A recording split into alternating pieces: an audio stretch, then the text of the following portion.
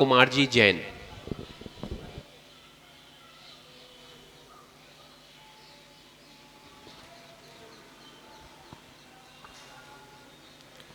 नमोस्तु महाराज जी, नमोस्तु महाराज जी। ईश्वरवाद और अनेकांतवाद माने दोनों को कैसे समझे? ये शादवाद है, अनेकांतवाद है, ये कोई व्यवहार में आने वाली वस्तुएं नहीं हैं।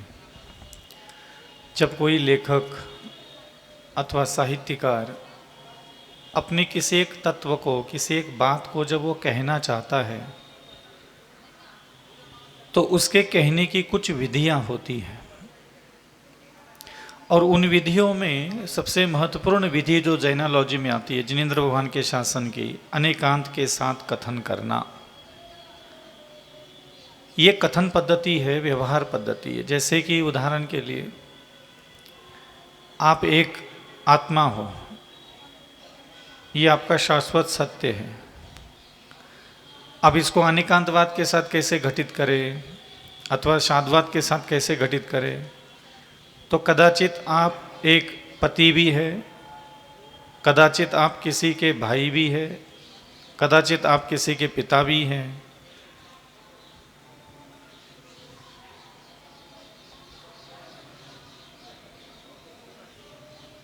और कदाचित आप किसी के चाचा भी हैं, मामा भी है, भांजा भी है।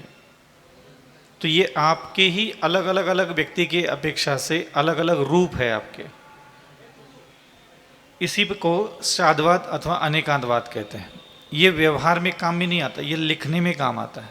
लिखते समय कैसे लिखे, उसकी एक अनुशासन पद्धति है, कथन करने की पद्धति या अभिव्यक्ति करने की पद्धति या, तो ये प्राय करके हमारा और आपके काम में नहीं आता, ये लेखन करने वाले व्यक्तियों के काम आता है। जैसे व्याकरण है, तो व्याकरण का उपयोग हम और आप करते हैं क्या बोलचाल में? नहीं करते।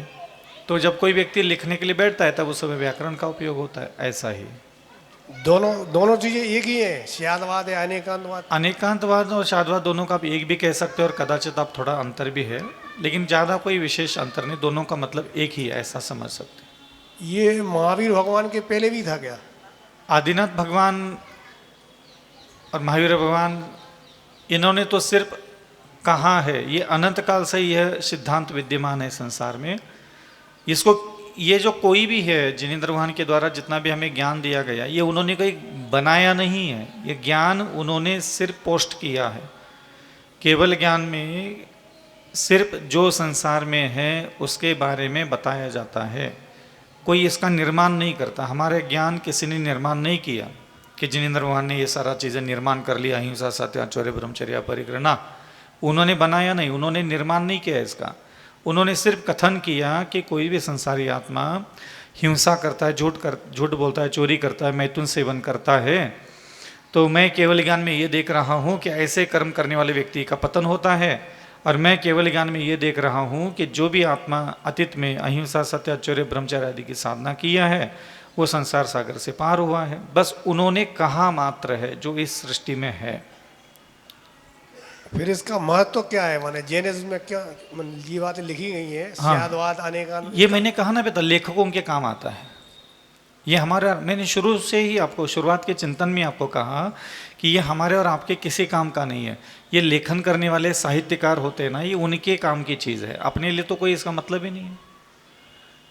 ये क्या है एक्चुअली, आप जैसे लोगों के सामने यही तो दिक्कत है ना। ये पंडित लोग, विद्वान लोग बोलते बोलते शादवाद है, अनेकांतवाद है, जैन धर्म के महान सिद्धांत है, तो भाई कोई खाने पीने उठने बैठने का थोड़ी काम आ रहा है। ये तो लेखन कला। अब करोड़ों में कोई एक व्यक्ति है जो ग्रंथ लिखता है, तो जब वो ग्रंथ लिखना होता है, जब उसको किसी चीज़ का निरूपण करना है, विवेचना करना है, तो उसको उसी अपेक्षाकृत कथनों से लिख देता है, तो उसको अनेकांतवाद कहते हैं।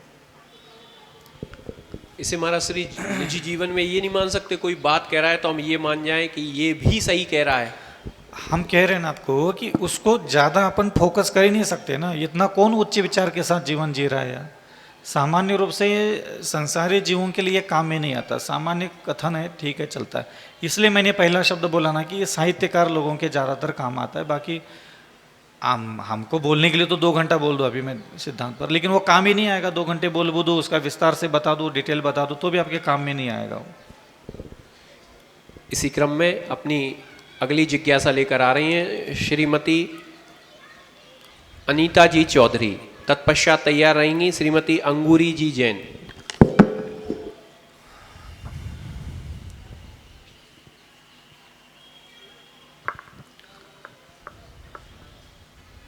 गुरुदेव के चरणों में कोटि बार नमोस्तु नमोस्तु नमोस्तु।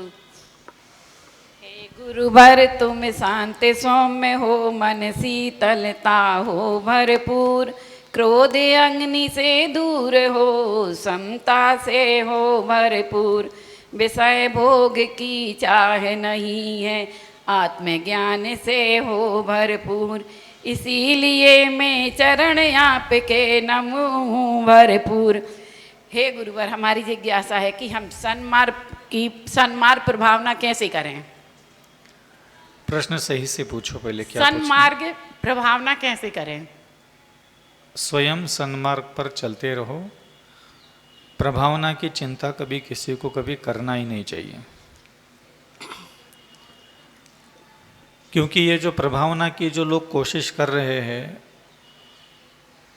तो महाराज जी, ये है क्या सन्मार्ग प्रभावना?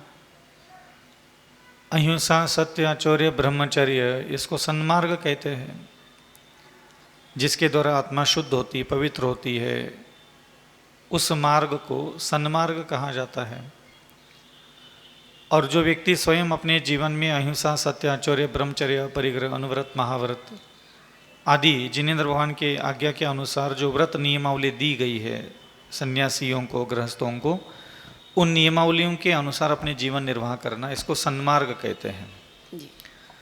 और जो सन्मार्ग को स्वीकार करता है और अपने जीवन को उसी प्रकार से व्यतीत करता है, तो उसके कारण जो प्रभावना होती है, करने के लिए नहीं कहा, वो हो जाती, जितनी होती है उतनी प्रभावना ठीक है। जी महाराज। इसी क्रम में अपनी अगली जिज्ञासा लेकर आ रही हैं श्रीमती अंगूरी जी जैन। और जो भी महानुभाव अपने नाम यहाँ पर देना चाहें, महाराज श्री के श्री चरणों में अपनी जिज्ञासा रखना चाहें, वो अपने नाम यहाँ पर लिखा सकते हैं। महाराज श्री के चरणों में बारंबार नमोस्तु नमोस्तु नमोस्तु। जय गुरु चरण जहाँ धरे। प्रश्न पूछो, समय नहीं है। प्रश्न पूछो, प्रश्न पूछे। पूछ रहे बस ठीक है, बंद कर दो माइक, जय सब बंद कर दो। हे गुरुदेव, कहते हैं कि प्रतिमाधारियों के जल्दी कर्मों की निर्जरा होती है, तो क्या सही है? हर व्यक्ति भजन गाता रहेगा तो कहाँ तक टाइम निकालो? नहीं, प्रश्न बता पूछ रहे हैं, मतलब पूछो। जो प्रतिमा ले लेते हैं, प्रतिमाधारियों के कर्मों की निर्जरा जल्दी होती है, सम्यक दृष्टियों की? कर्म की निर्जरा कोई ऐसे गले में बिल्ला डाल करके घूमने से, कोई मुनि बन के बैठ जाए, कोई प्रतिमाधारी बन के बैठ जाए, ऐसे नहीं होती। निर्जरा के लिए जो मनस्थिति, जो माय वचन और जो शरीर की इंद्रियों का निग्रह होना चाहिए, वो अगर नहीं है संयम और व्रत लेने के बाद भी, तो भी निर्जरा नहीं होगी। इसलिए प्रतिमा धारण करने वाले व्यक्ति की निर्जरा कितनी हो गई ये हम नहीं कह सकते। मुनि बन करके कोई बैठ जाए तो निर्जरा कितनी हो गई हम कह नहीं सकते, क्योंकि मुनि पद हो चाहे और कोई भी पद हो, ये तो कोई भी व्यक्ति लेकर के बैठ जाएगा। लेकिन निर्जरा करने के लिए जो जो आगम्य सूत्र दिए गए हैं, उन सारे सूत्रों का अगर वह पालन नहीं कर रहा है, प्रतिमा लेने के बाद भी, मुनि बनने के बाद भी, आचार्य बनने के बाद भी, जैसा मन होना चाहिए, जैसी वाणी होना चाहिए, जैसे शरीर की इंद्रियां गुणवान होना चाहिए, अगर वो गुणवान नहीं है तो हम कैसे कहें कि ये मुनि पद लेने से इतनी निर्जरा हो रही है किसी व्यक्ति की? हाँ, आगम में तो कहा जाता है, वो तो एक संभावना के रूप में होता है कि मुनि पद ले लो, मोक्ष प्राप्त कर लो। तो ये तो आगम में तो ऐसा ही लिखा जाएगा ना। आगम में थोड़ी लिखेंगे कि मुनि पद अनंत बार धारण कर लिया लेकिन मोक्ष नहीं मिला, इसलिए मोक्ष नाम की कोई चीज़ है ही नहीं। आगम की भाषा ही यही होगी कि हाँ, निर्जरा होगी, मोक्ष होगा, स्वर्ग होगा, धर्म करोगे तो ये प्राप्त होगा। तो ये तो आगम की परिभाषा होगी कि व्रत ले लिया, नियम ले लिया, तप ले लिया, ध्यान कर लिया तो कर्म की निर्जरा होती है।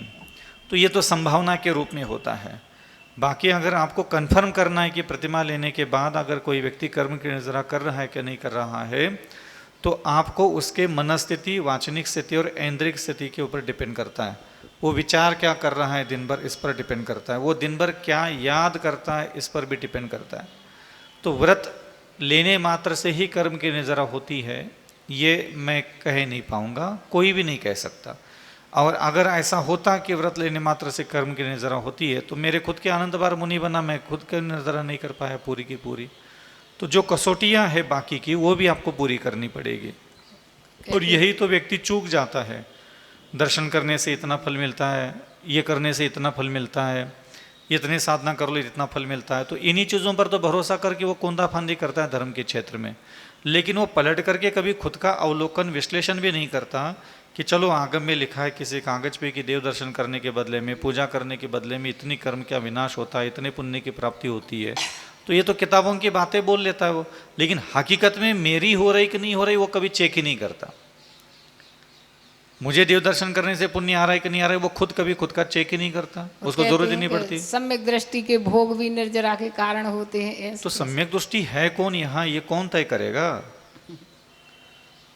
सम्यक दृष्टि कौन है ये तय कौन करेगा? सम्यक दृष्टि कौन है, मिथ्या दृष्टि कौन है, भव्य कौन है, अभव्य कौन है, पुण्य कितना आया, पाप कितना है, कोई आंखों से दिखता नहीं, मालूम है ही नहीं। गुणस्थान कौन सा है मालूम है ही नहीं। तो मालूम जो नहीं है मैं कैसे उसका निर्धारण करूं कि किस व्यक्ति का निर्जरा।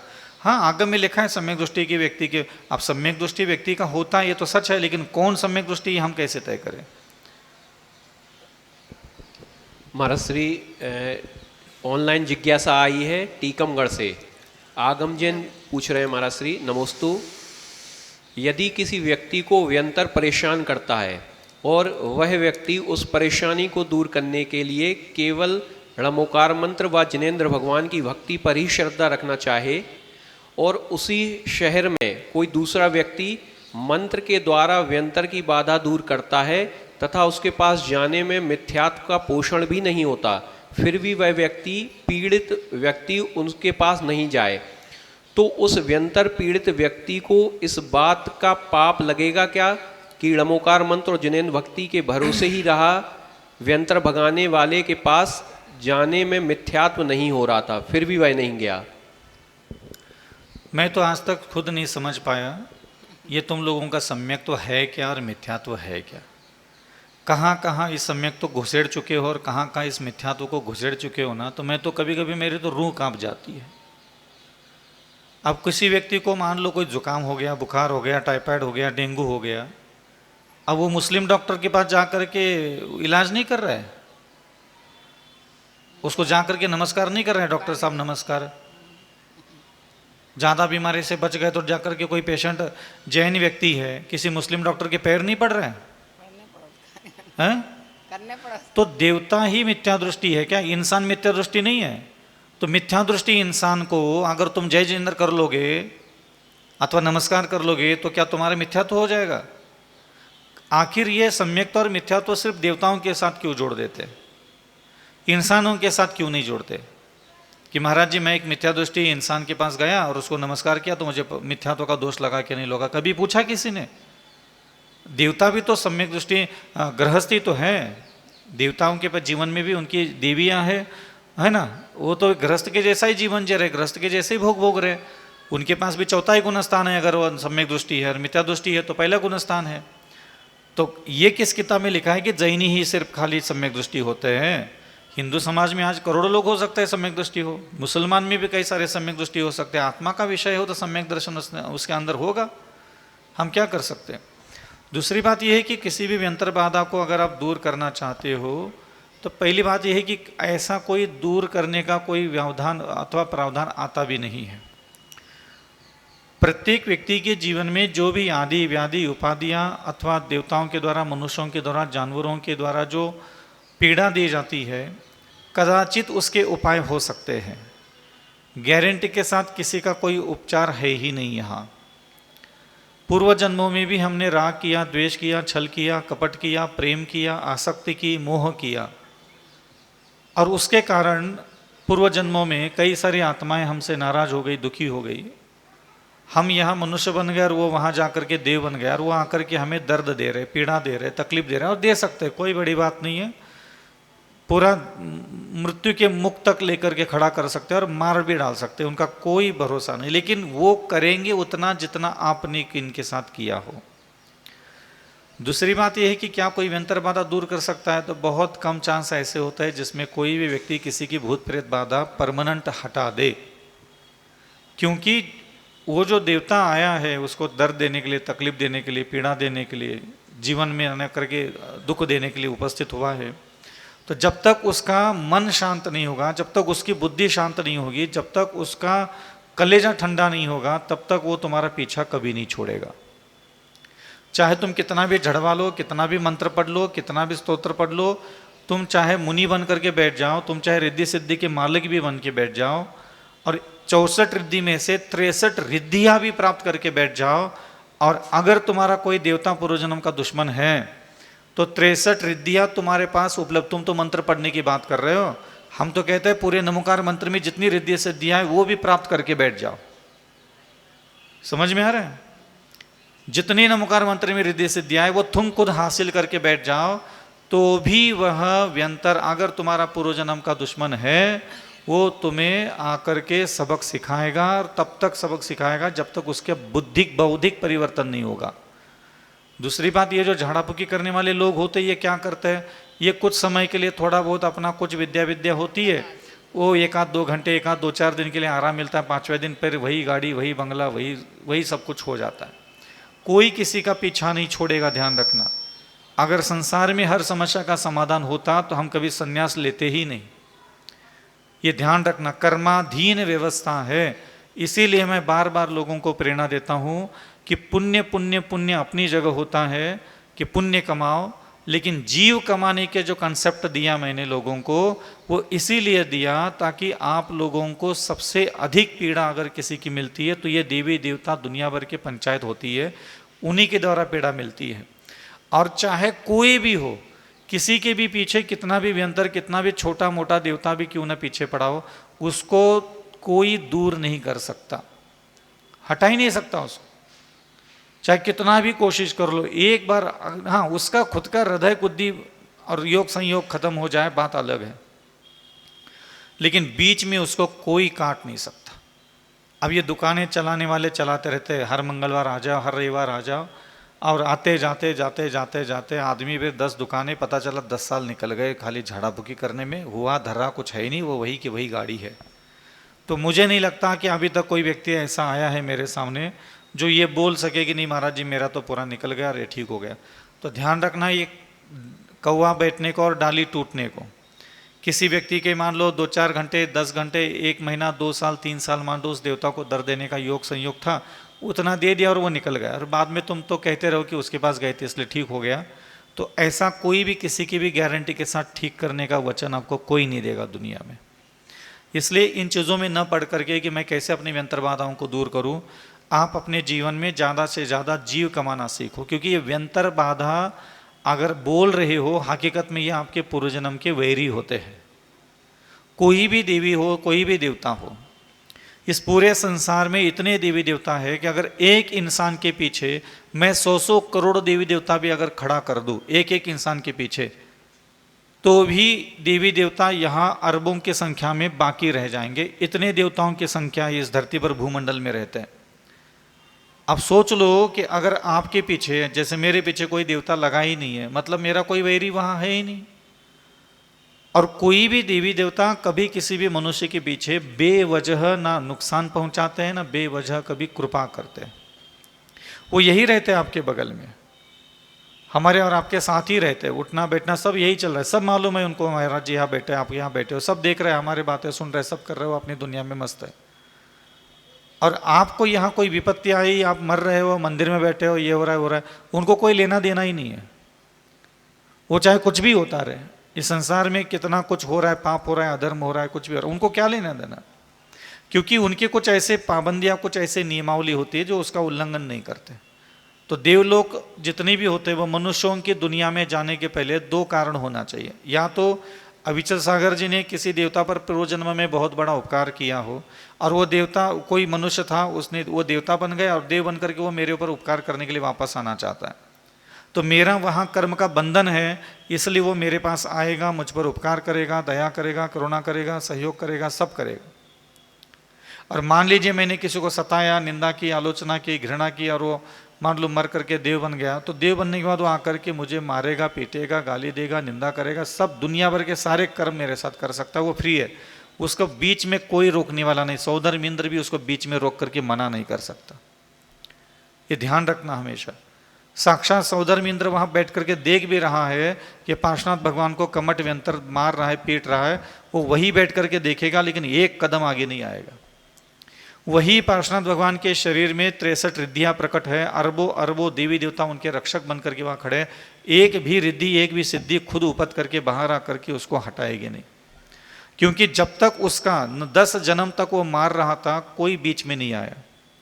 और तीर्थंकर बन करके बैठे हैं, ब्रह्मांड का सबसे बड़ा रिद्धि सिद्धि का महापुरुष बैठा है, और किसी के पास भी इतनी रिद्धि सिद्धि नहीं होती। उनके साथ जब वो द्व्यंतर देवता ऐसा कर सकता है, तो आप सोच लो आप हो कौन। तो आप अपने मन को सांत्वना देने के लिए तो कुछ भी कर लो, लेकिन ध्यान रखना चाहिए कि इन सारी उपसर्गों का कोई उपाय आसानी से नहीं मिलता, और मिल भी जाए तो स्वयं संचालित उपचार है, मतलब वो देवता खुद ही जाकर के छोड़ देगा तो ही तुम्हें राहत मिलेगी, नहीं तो तुम चक्कर काटते रहो, पूछते रहो, कोई मतलब नहीं इन चीज़ों का। इसलिए मैं ज़्यादा मंत्र पढ़ो, ज़्यादा पुण्य कमाओ नहीं, आप ज़्यादा से ज़्यादा लोगों के साथ अच्छा व्यवहार करना चालू करो, ताकि जैसे इस जीवन में वो कोई पूर्व जन्म का तुम्हारा मनुष्य होगा, जानवर होगा, जिसको तुमने सताया होगा, कोई कुत्ता होगा, मान लो तुमने डंडा मारा होगा, पत्थर फेंक के मारा होगा, और उस कुत्ते ने पलट करके तुझे देखा होगा, और वो कुत्ता समय के साथ मर गया, मरने के बाद देव बन गया, वो आ गया, अरे तेरे की तूने मुझे पत्थर मारा था, अब क्या कर लोगे। तो ये कोई पाप कर्म के उदय में नहीं आते देवी देवता, ये तुम्हारे उन आत्माओं के साथ वैसा व्यवहार करने के कारण आते हैं, ये ध्यान रखना हमेशा। तो लोग क्या है, शब्दों को हेर फेर करके बोल लेते हैं, अरे हमारा तो यंत्र बाधा हो गई। तुम निर्दोष नहीं है, तुम उतने ही बड़े बदमाश हो जितना वो तुम्हारे साथ बदमाशी कर रहा है। समझ में आ रहा है ना। इसीलिए जीव कमाओ, अपने आसपास ऐसे जीवों के साथ स्वभाव बुरा मत रखो, वो सब तुम्हारा पेरने के लिए आएंगे। और ये कौन पराये नहीं होते, पत्नी होती, पति होता है, दादा होता है, दादी होती, नाती पोती, तुम्हारे कोई अगल बगल का ही होता है। वो दूर का क्यों आएगा। अफ्रीका के जंगल में मान लो अभी 2 करोड़ लोग मरे होंगे 10 साल 20 साल में, वो क्यों आएंगे मेरे पास अविचल सागर जी के पास पेड़ा देने के लिए, उनका क्या लेना देना मेरे से। तो मेरे बगल में वही व्यंतर बन करे जो पूर्व जन्मों में मेरे निकट थे, मेरा पति था, पत्नी था, पुत्र था, नाती थे, पीते थे, सब यही आते हैं। अनजाने व्यक्ति क्यों आएगा। इसलिए हमने अपने जीवन में कभी किसी को ठीक होते हुए तो नहीं देखा।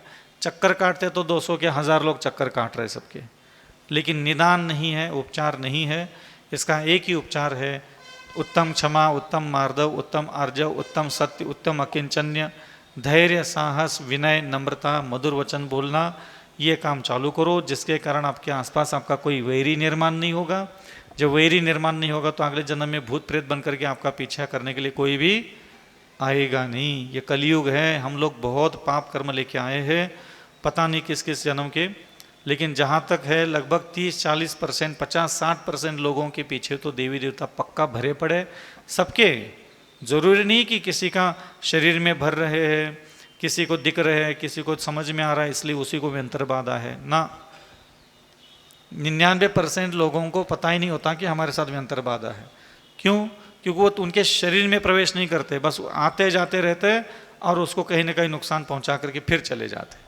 ना आप उसको पकड़ पाओगे, ना जान पाओगे, ना कुछ कर पाओगे। वो आते हैं और हर इंसान के मतलब लगभग 60-70% तो मैं मानता हूँ कि ये उनके खुद के ऐसे पूर्व जन्मों के जीव उन्होंने कमाए हैं। वो जीव समय समय पर उनके जीवन में आते हैं, दुनिया भर की विपत्ति, दुनिया भर के संकट सब करके चले जाते।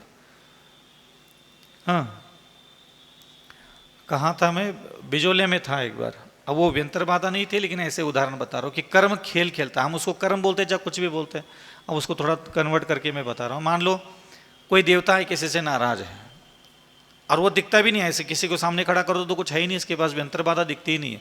लेकिन एक व्यंतर ऐसा उसके पीछे पड़ा रहता है कि वो गाड़ी चला रहा है, तो कभी भी 2-4 महीने में एक बार वो गाड़ी चला रहा होता है, आकर के उसकी स्टीयरिंग घुमाएगा, कहीं पेड़ से टकराएगा, कहीं खाई में गिरा देगा और वो चला जाएगा। समझ में आ रहा है। व्यापार कर रहा है, व्यापार में 2-4 बार कोई से ऐसा कुछ करवा देगा कि वो घाटा हो जाएगा 2-4-10 लाख का, मतलब वो उसको तोड़ता चला जाता है। और 10 साल में वो पूरा करोड़पति था, ये था, पूरा रोड पे आके खड़ा हो गया। अब उसका तो दिमाग में ही नहीं है कि कोई अंतर बाधा है। कोई देवता किसी के पास भी झाड़ने को जाओ तो कह ही नहीं सकते कि उसके पास कोई अंतर बाधा है। वो आया, काम किया, चला गया। जैसे चोर होता है ना, तो चोर कोई वहाँ थोड़ी बैठा रहता है परमानेंट मंदिर में। आया, गल्लक में हाथ डाल दिया, मुट्ठी मार ली, चला गया, अपना काम निकल गया। फिर चोर को आदत लग जाती है कि हर 4 महीने में आकर के गुल्लक के पैसे निकाल के ले जाओ। आप उस चोर को कैसे पकड़ोगे बताओ?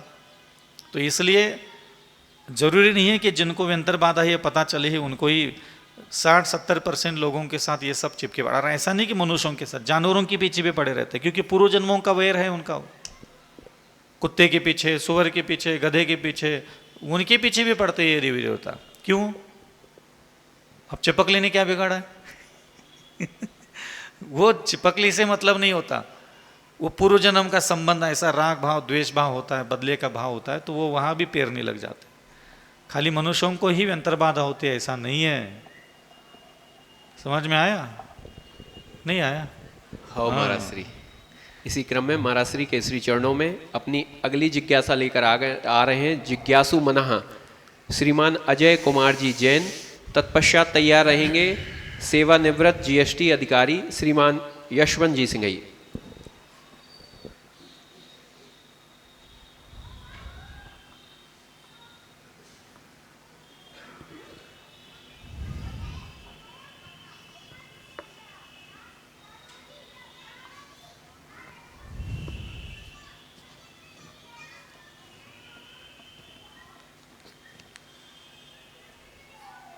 प्रश्न पूछे बस। हे विद्या गुरु के अविचल सागर, समय सार से दिखते हो। हे अंतःकरण उपदेशक, हे योगी, हे तपस्वी, आपको बारंबार नमोस्तु नमोस्तु नमोस्तु। हे मुनिवर, क्या पुरुषार्थ से भाग्य को बदला जा सकता है? यदि हाँ तो फिर कैसे? कृपया बताएं। पुरुषार्थ से भाग्य को बदला जा सकता है, लेकिन उसकी संभावना होती है 100 करोड़ में एक व्यक्ति के पास। समझ में आ रहा है? जी। कैसे? संभव नहीं होता, इतना आसान नहीं होता अपने पूर्व जन्मों के कर्म को डाइवर्ट करना, बदलना। वो इतना आसान नहीं होता। कहते किताबों में बहुत सारी बातें लिखी होती है, लेकिन उसको प्रैक्टिकल अपने लाइफ में घटित करवाना, कि बहुत उच्च कोटि के, बहुत साहसी, महाबलवान, महान संकल्पों को दृढ़ता के साथ निभाने वाले जो लोग होते हैं ना, वो थोड़ा बहुत डाइवर्ट कर पाते हैं। ये ध्यान रखना हमेशा।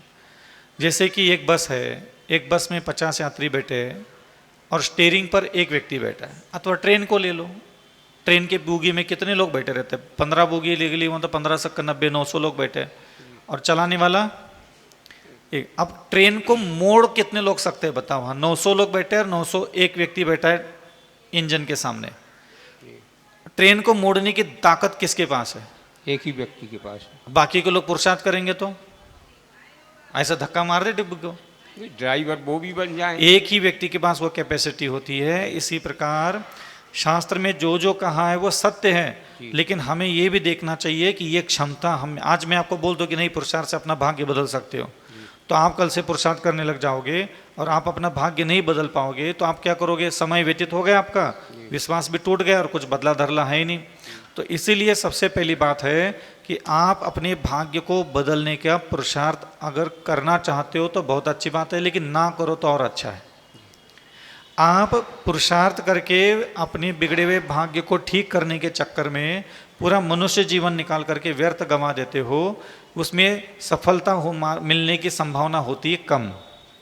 लेकिन आप इसके लिए मेहनत करो। मैं कहूँगा कि आप ऐसा पुरुषार्थ करो कि नवीन अहिंसा, सत्य, आचौर्य, ब्रह्मचर्य, अपरिग्रह, दया, क्षमा, करुणा, विनय, नम्रता, मर्यादा, लाज, लज्जा, शर्म, इन चीज़ों का कर्म करते हुए आप जीवन व्यतीत करो। मैं आपको ये कहूँगा, तो नवीन, शोभा देने वाला, प्रशस्त कर्म करने में पुरुषार्थ करो। भाग्य बदलने का इरादा लेकर के उसके लिए मेहनत मत करो। जैसे कि अभी आप यहाँ बैठे और आपने सोचा कि मुझे मेरी दरिद्रता मिटाना है, ठीक है। अब किसी ने सोच ले भाई मुझे मेरी गरीबी मिटाना है। अब गरीबी मिटाने के चक्कर में तो उन्हें 25 साल तो देने पड़ेंगे कम से कम जीवन के, और मान लो मिट भी गई 25 साल के बाद, तब तक पता चला कि तुम 30 साल के थे, 55-60 साल के हो गए, अब होश में भी आओगे तो कर क्या लोगे तुम? तो उस सौभाग्य का क्या करोगे तुम? और जिस समय तुम्हारी 55 साल की उम्र हो गई तब तक तुम्हारे बच्चे हो गए थे 28-30 साल के, और वो बच्चे तुमसे बंटवारा मांग रहे। जिस 5 करोड़ को इकट्ठा करने के लिए तुमने अपना जीवन दे दिया, अब तुम्हारे लड़का लड़कियां बहू बेटी लेके आए, वो ताक में बैठे कि बापू से कुछ हिस्सा मिल जाए, आधा मिल जाए, इसका आधा मिल जाए। तो तुम्हारे दिमाग में है 5 करोड़ रुपए, लेकिन एक लड़का सपने देख रहा है 2.5 करोड़ का, एक सपना देख रहा है 2.5 करोड़ का, तुम तो बैठ जाओ। समझ में आ रहा है ना? इसलिए भाग्य बदलने के चक्कर में मत पड़ो। जितना तुम्हारे यहाँ है, सुख है दुख है, सब भोग लो, नवीन कर्म अच्छा करो। अभी से ये संकल्प लो कि नहीं, आज के बाद मैं अहिंसा, सत्य, आचौर्य, ब्रह्मचर्य, अपरिग्रह, उत्तम क्षमा, मार्दव, आर्जव, सत्य, शौच, संयम, तप, त्याग, किंचन्य, ब्रह्मचर्य, विनय है, नम्रता है, मैं इन कर्मों को करते हुए अपना जीवन व्यतीत करूंगा। बस अपने कर्मों के तरफ ध्यान दो। भाग्य बदले नहीं बदले, किस्मत बदले नहीं बदले, दिन बदले नहीं बदले, आप उसका इंतजार मत करना। मैं पिछले 20 साल से संन्यास अवस्था में साधना कर रहा हूं। आपको लगता है मेरा कोई भाग्य बदल गया, किस्मत बदल गई, 4 चांदनी लग गया, कुछ मिल गया, कुछ दिन कट गए? लगा? एक एक दिन में 2-2, 3-3, 4-4 लाख मंत्रों का जाप करता हूँ, साधना करता हूँ, तपस्या में कोई कमी नहीं रखता। क्या बदला मेरा? आपको लगता है मैंने अपना भाग्य बदल दिया? 10 साल पहले भी मैं अकेले में बैठता था, 15 साल पहले भी मैं एकांत में बैठता था, आज 20 साल के बाद भी मैं अकेले बैठा हूँ, शांति से बैठा हूँ, चुपचाप। कोई लगता है कोई ताम झाम, कोई नगाड़े बिगाड़े ढकाड़े खड़े, कुछ लग रहा है? नहीं लग रहा हो तो बताओ ना। नहीं, मोक्ष में लगेगा ना। सीधी सी बात है, बात उसकी नहीं, बात है कि हमने अपनी साधना को कर्म करने की पटरी पर लाके रखा है। हम अपना कर्म करेंगे बस। हम कभी सोचते ही नहीं कि मेरा भाग्य बदल जाए। अगर मैंने भाग्य बदलने का सोच करके साधना की होती तो मुझे मेरे भगवान नहीं मिलते, मेरी परिस्थितियां बदल जाती। क्योंकि जो साधना से पुण्य कमाया है, उस पुण्य से मैंने भगवान को मांगा कि अगर मैंने साधना की है, व्रत किया है, तो इसके बदले में मुझे परमात्मा का रूप देखना है। तो मैंने भगवान देखने की इच्छा रखी, तो भगवान, मैंने भाग्य बदलने की इच्छा तो नहीं रखी ना। तो मैंने व्रतों का पालन किया, मैंने हृदय बदल जाए, बुद्धि बदल जाए, विचार बदल जाए, अज्ञान बदल जाए, मूर्खता बदल जाए, भोग की बुद्धि नष्ट हो जाए, तो ये चीज़ें मैंने मांगी, तो ये चीज़ें मुझे मिल गई। लेकिन मैंने भाग्य की बात कभी नहीं की, क्योंकि भाग्य बदलने के चक्कर में मेरी साधना भी मिट्टी में मिल जाती है। और बदला हुआ भाग्य, अगर भाग्य बदल भी जाता 55-60 साल की उम्र में, तो मैं क्या करता उस बदले हुए भाग्य का? किसको दिखाऊं मैं? और किसको कहूं कि देखो मैंने 40 साल पूरी जवानी बर्बाद कर डाली, देखो मैंने बस 10 करोड़ रुपए आ गए। अब वो 10 करोड़ तो मैं देख करके कौन खुश हो रहा है? इस उम्र में बहनें भी आ जाती हिस्सा मांगने के लिए, बेटे भी आ जाते हिस्सा मांगने के लिए, तो बहनों का अलग से दो, लड़का लड़कियों का अलग से दो। समझ में आ रहा है? यार तो जो तुम्हारे लड़के हैं उनकी बहनें भी ताक में बैठी है। तुम कमाओ बेटा, जितना भाग्य बदलो, किस्मत बदलो। तुम 10 करोड़ कमाने के लिए अपने घुटने पिटने फोड़ो, साधु संतों की विनय वैयावर्ती करने के लिए पहुंचो मत। तुम जितना कमा करके देवगुरु शास्त्र से दूरियां बना के बैठे हो, जिनके बगल में तुम बैठे हो वही तुम्हारे नोच नोच करके हिस्से कर करके खा करके तुम्हारा सत्यानाश करेंगे। इसलिए जिन्होंने भी आचार्य विद्यासागर महाराज हो, चाहे हमारे मुनि पुंगव सुधासागर महाराज के हिस्से में जितने पैसे दिए, तुम्हारे उतने ही पैसे सुरक्षित और सही जगह ठिकाने लग गए बेचा। भले ही चाहे वो गला घोट के लिए हो, चाहे दर्द लिए हो, चाहे दबा दबा के लिए हो, वही पैसा तेरा सुरक्षित है, वही लौट करके वापस आएगा, चाहे तेरे कलेजे में कितना भी दर्द हो रहा हो पैसे देने के बाद। समझ में आ रहा है? हाँ, वही तेरा पैसा, वही तेरा वैभव सुरक्षित है। अब चाहे तुम कितना भी घुट लो, कितना भी कर्जे में आ जाओ, कितना भी दरिद्री बन करके फिर से कोने रोड पे घूम जाओ, लौट के आएगा तो जो गुरुजनों को दिया वही लौट के आएगा। तुम्हारे घर वालों के लिए तुमने जो बचा के रखा है वो कहाँ लौट के आने वाला है? इन गलियों की जो दुकानें खोल के बैठी वो वही पैसा पहुँचने वाला है। ये जूते चप्पल कपड़ा लत्ता सोना चांदी की दुकानों में पहुँचेगा तुम्हारा बाकी का बचा के रखा हुआ पैसा। और कहाँ जाएगा वो? किराने की दुकान, कपड़ों की दुकान, सोना चांदी की दुकान, जूते चप्पल की दुकान, हाँ, फर्नीचर की दुकान, लोहे की दुकान, हार्डवेयर की दुकान, इन्हीं दुकानों में जाने वाला है तुम्हारे बैंक बैलेंस का बचा हुआ पैसा। इसलिए ध्यान रखना, दर्द बहुत होता है दान देते समय में और दान देने के बाद भी। कोई बात नहीं, दर्द में बने रहो। हाँ महाराज, एक जिज्ञासा और है कि समय सार ग्रंथ में क्या है? मैंने पढ़ा ही नहीं भैया, जानकारी आज तक किताब को भी नहीं छुआ होगा मैंने ख्याल से। किसके बारे में मतलब जिज्ञासा पता है? ही नहीं बेटा, मुझे सही में नहीं, मैंने आज तक कभी एक पेज भी पलट करके नहीं देखा, तो मैं क्या बताऊं आपको हैं? नमोस्तु। मुझे तो कुछ पता ही नहीं, मुझे छुआ ही नहीं आज तक। आया होगा कभी ऐसे इधर से उधर रख लिया होगा, बस खाली इतना ही है। चरण वंदना मैं करूं चरणों का मैं दास, अविचल सागर के चरणों में हो मेरा भवनाश। इसी भावना के साथ अपनी अगली जिज्ञासा लेकर आ रहे हैं श्रीमान यशवंत जी सिंघई। तत्पश्चात तैयार रहेंगी कुमारी आपती जैन। मंचासीन आध्यात्मिक संत, अति कुशल प्रवचनकार, दया भावना फाउंडेशन के प्रेरणा स्रोत परम पूज मुनि श्री अविचल सागर जी ऋषिराज के पवित्र पावन चरणों में बारंबार नमोस्तु। धर्म सभा में विराजित आप सभी को सादर जय जनेन्द्र। मुनि श्री जी, एक सामान्य सी जिज्ञासा है कि हर स्थिति परिस्थिति में अपने जीवन को सरल, सफल, सुखद और सार्थक कैसे बनाएं। ये सब चीजें स्वर्ग में होती बाबूराव। जीवन में भी तो कुछ होता है। ये इंसानों के साथ नहीं होता है। हाँ, देवताओं की चीजें तुम्हें धरती पर चाहिए। एक बात हमेशा याद रखना बेटा, ये सुख, ये शांति, ये समृद्धि, ये वैभवशाली जीवन, ये सिर्फ एक कल्पना मात्र होती है। जीवन की आशाएं होती है कि हम एक आशा लेकर के चलते हैं जीवन में, एक स्वप्न लेकर के चलते हैं जीवन में, और ये स्वप्न हमेशा स्वप्न ही रह जाते हैं। ये आशाएं हमेशा आशाएं बन करके रह जाती है, क्योंकि यहाँ दो प्रकार की स्थितियाँ होती हैं। एक है मेरी आत्मा, और आत्मा के अंदर बंधे हुए 8 कर्म। ठीक है, किस किस समय में क्या क्या कर्म उदय में आने वाला है और किस किस समय क्या क्या होने वाला है, ये उस कर्मों में निश्चित हो चुका है। तुमने ऐसे कर्म आत्मा में बांधे हैं। और दूसरी चीज हमारे पास है मन।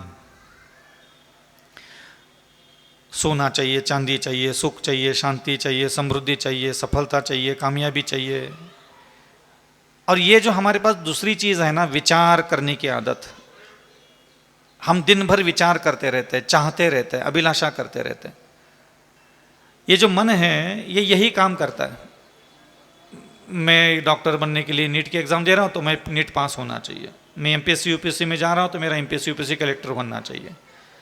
जो भी मैं कर रहा हूँ, जिस दिशा में मैं जा रहा हूँ, उसमें मुझे सफलता मिलना चाहिए। विचार स्वतंत्र है, तुम जब चाहे, जो चाहे, जैसा चाहे, जितना चाहे, जो चाहे, किसी भी प्रकार का कुछ भी सोच सकते हो। तुम्हें सोचने के लिए कभी भी कोई मना ही नहीं है।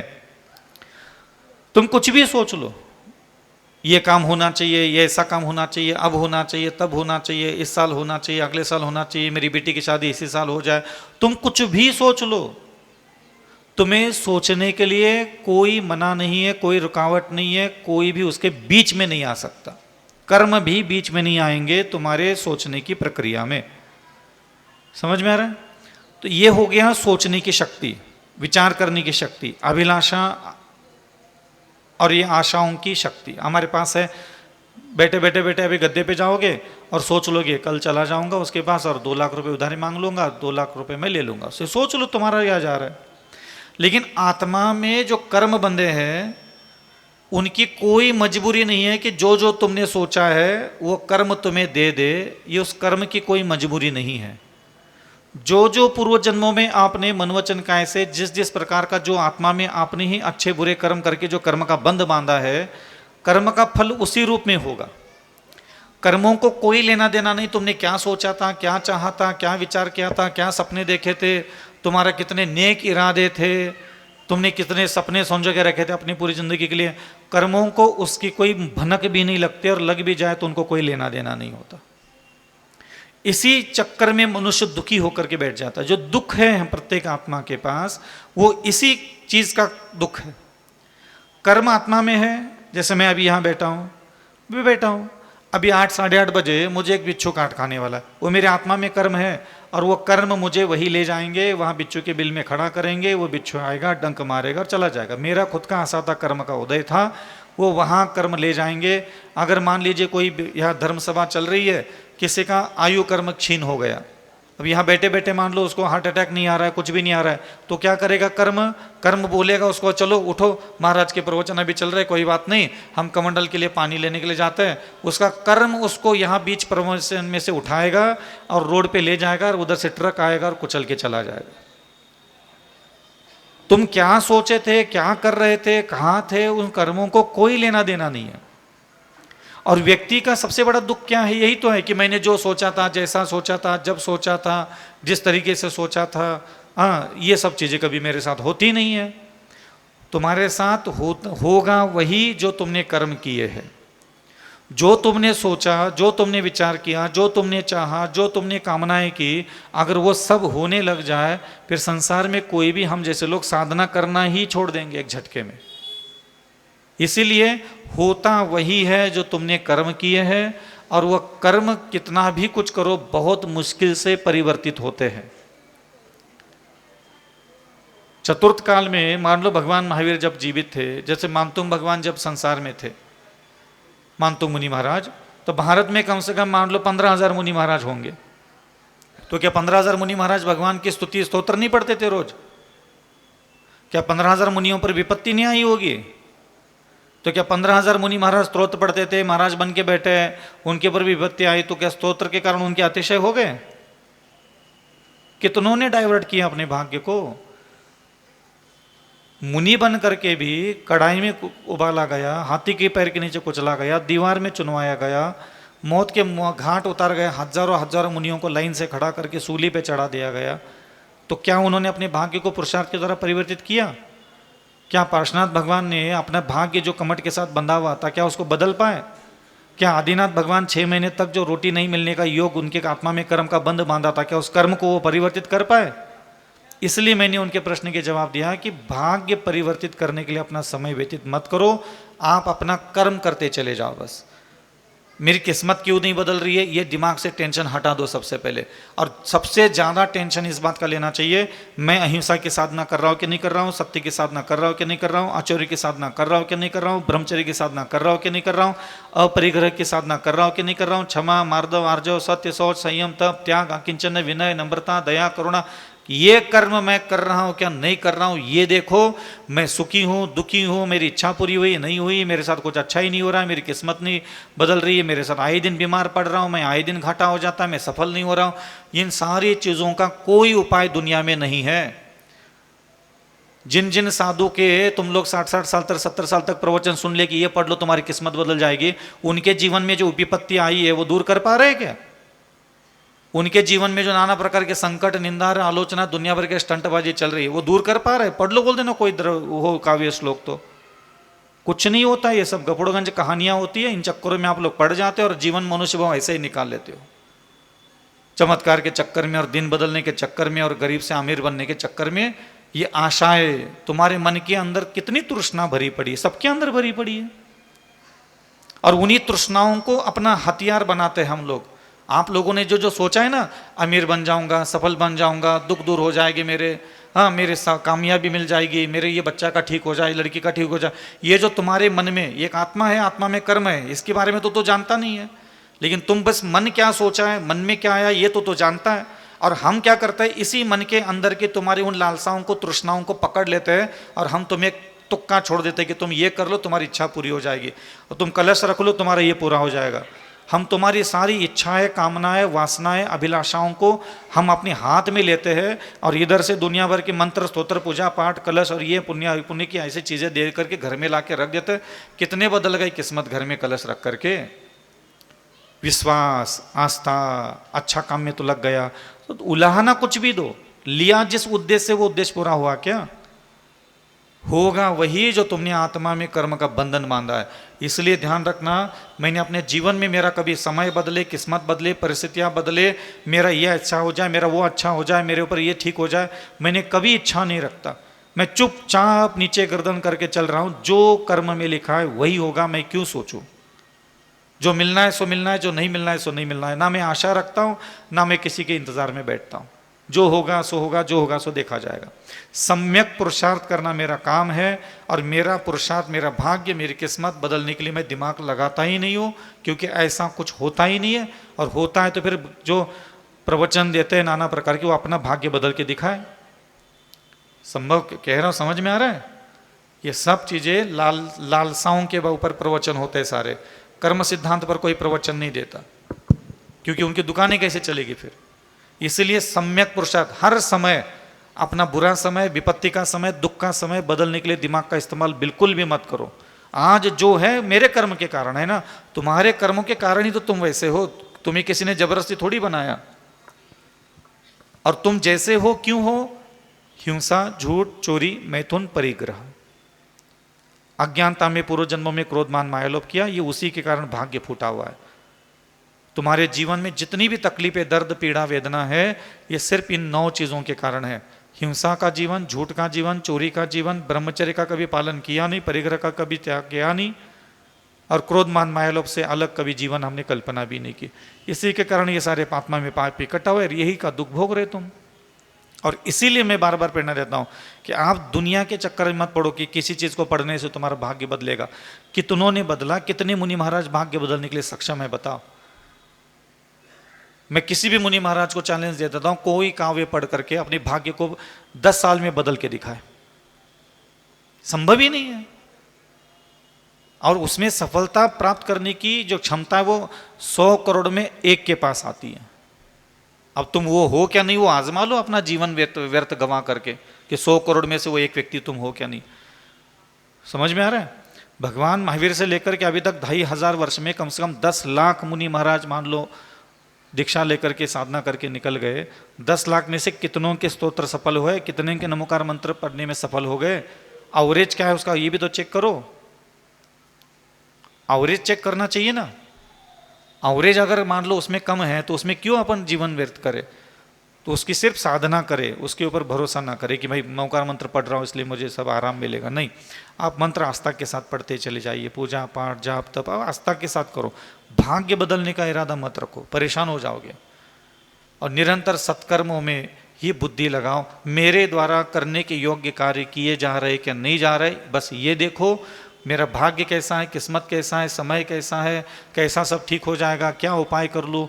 उपाय ढूंढना ही बंद करो। समझ में आ रहा है ना? ये उपाय, हर चीज का उपाय ढूंढना ये दिमाग की बीमारी मात्र है। क्योंकि ये कर्म आत्मा में बंधे हुए हैं, ये निश्चित है फल उसी रीति से मिलेगा। तुम्हारी इच्छाओं से तो फल नहीं मिलेगा ना। इसीलिए उपाय ढूंढना ही मैंने बंद कर दिया। बहुत सारी चीजें मेरे पास बिगड़ी हुई है, परिस्थितियां बिगड़ी, ये बिगड़ा, वो बिगड़ा, ऐसा बिगड़ा, वैसा बिगड़ा, मैं उपाय ही नहीं करता कभी। उपाय करूंगा तो पिट जाऊंगा, मुझे पता है। पार्श्वनाथ भगवान ने कोई उपाय किया, आदिनाथ भगवान ने कोई उपाय किया, मैना सुंदरी ने कोई उपाय किया। चाहती तो मैना सुंदरी अपनी बिगड़ी परिस्थितियां ठीक कर सकती थी। मम्मी के पास जाना था, रोते रोते रोते बस खाली मम्मी मेरे को ऐसा बोल रहे हैं, मम्मी मेरे बापू ऐसा बोल रहा है, कोडी के साथ बांध रहा है, पगला गया। 1 सेकंड का काम था, 5 सेकंड रो लेती, थोड़ा बहुत काम हो जाता उसका। उपाय नहीं ढूंढते।